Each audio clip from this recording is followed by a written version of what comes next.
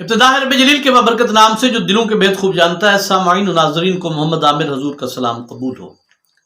ایک بزرگ گزرے جن کا نام تھا حضرت شیخ شفیق بلخی رحمۃ اللہ تعالی علیہ۔ ایک دن بیوی نے کہا حضرت شیخ شفیق بلخی سے کہ میرا کافی عرصے سے خربوزہ کھانے کو دل کر رہا ہے، تو اگر آپ ایسا کریں کہ میرے لیے بازار سے خربوزہ خرید لائیں تو بڑی مہربانی ہوگی۔ شیخ کے پاس پیسے تھے، آپ بازار گئے، بیوی نے کافی عرصے بعد کسی چیز کی فرمائش کی ہے تو آپ نے جا کے دیکھ بھال کے اچھا سا خربوزہ خریدا، لے کے بیوی کے پاس آ گئے، بیوی کو دے دیا۔ اب کافی عرصے کی خواہش کے بعد بیوی کو وہ خربوزہ ملا تھا، شوق بڑا ہوا، چھری لی، خربوزہ کاٹا تو جب ایک ڈلی اٹھا کے کھانا شروع کی تو وہ خربوزہ پھیکا بھی تھا اور بد ذائقہ بھی تھا۔ بیوی نے اسے اٹھا کے پٹخا نیچے، غصے کا اظہار کیا، بہت غلط اور سخت سست باتیں کی۔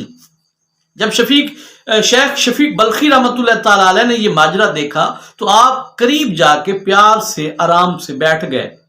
آج کا کوئی نوجوان ہوتا تو وہ لے چپیڑیں لگاتا اور بہت گالیاں نکالتا، لیکن وہ شیخ شفیق بلخی تھے، انتہائی پیار اور محبت اور سکون سے بیوی کے پاس بیٹھے اور بیوی سے کہا، بیوی ایک بات بتاؤ، یہ جو تم خربوزے کے پھیکے اور بد ذائقہ نکلنے پہ غصے کا اظہار کر رہی ہو تو کیا میرے اوپر غصے کا اظہار کر رہی ہو کہ میں لے کے آیا ہوں؟ آپ اگلی بات کرتے ہیں، فرماتے ہیں کہ اگر مجھے پتا ہوتا کہ یہ پھیکا اور بد ذائقہ ہے تو میں نے ضرور لانا تھا تیرے لیے، میں تو دیکھ بھال کے لاتا، میں تو میٹھا ڈھونڈ کے لاتا کہ میری تو بیوی ہے، بیوی کو تحفہ دے رہا ہوں، میں جان بوجھ کے تو نہیں لایا، کیا میرے اوپر غصہ کر رہی ہو؟ بیوی نے کہا نہیں، میں آپ پہ غصہ نہیں ہوں۔ شیخ شفیق بلخی رحمۃ اللہ تعالیٰ فرمایا، اچھا اگر میرے اوپر غصہ نہیں ہو تو پھر اس دکاندار پہ غصہ ہوگی میں جس سے لایا ہوں، لیکن میرے خیال میں قصور اس دکاندار کا بھی نہیں ہے۔ اگر دکاندار کو پتا ہوتا کہ یہ پھیکا اور بد ذائقہ ہے تو مجھے نہ دیتا، کیونکہ میں اس کا پکا گاہک ہوں، مجھے دے کے اس نے اپنی گاہکی خراب کرنی تھی۔ جب یہ بات سنی تو آپ کی بیوی کہتی ہیں کہ نہیں، میں اس دکاندار پہ بھی غصہ نہیں ہوں۔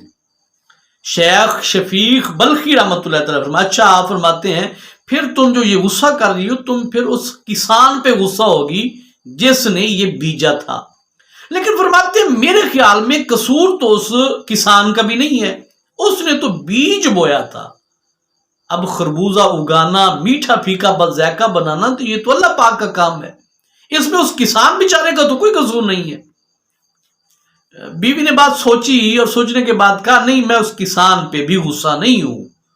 تو حضرت شیخ تھوڑے جلالی انداز میں فرماتے ہیں، اچھا میرے اوپر بھی غصہ نہیں ہو، دکاندار پہ بھی غصہ نہیں ہو، کسان پہ بھی غصہ نہیں ہو، لیکن تم نے غصے کا اظہار کیا ہے، اس کا مطلب ہے تم پھر اللہ رب العالمین کی ذات پہ غصہ ہو، کیونکہ اسے اگایا تو اللہ پاک کی ذات نے ہے نا۔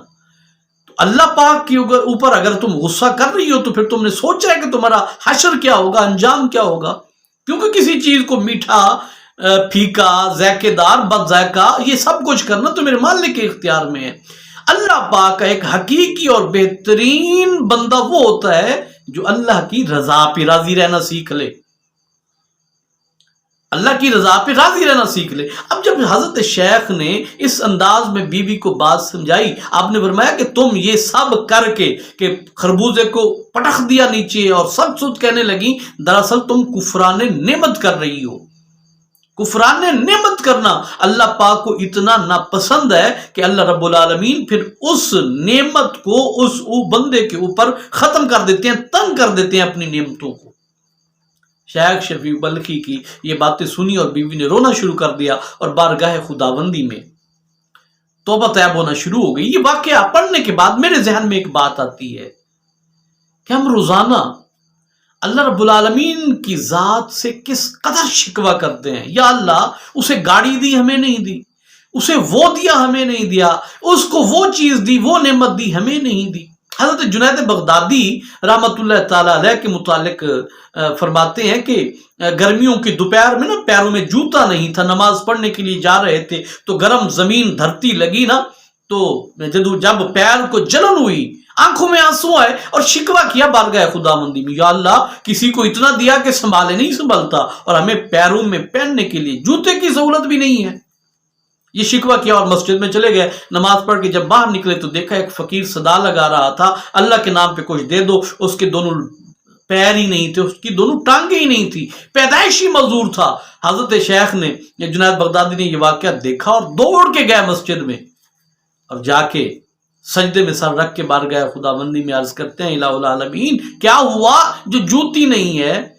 تو نے تو کچھ ایسے بندے بھی پیدا کیے ہیں جن کے پاس ٹانگیں ہی نہیں ہیں، پیر ہی نہیں ہیں۔ تو پیارے دوستو، اللہ رب العالمین انسان کو جس حال میں رکھے اس کی رضا پہ راضی رہنا ہی حق کے بندگی ہے۔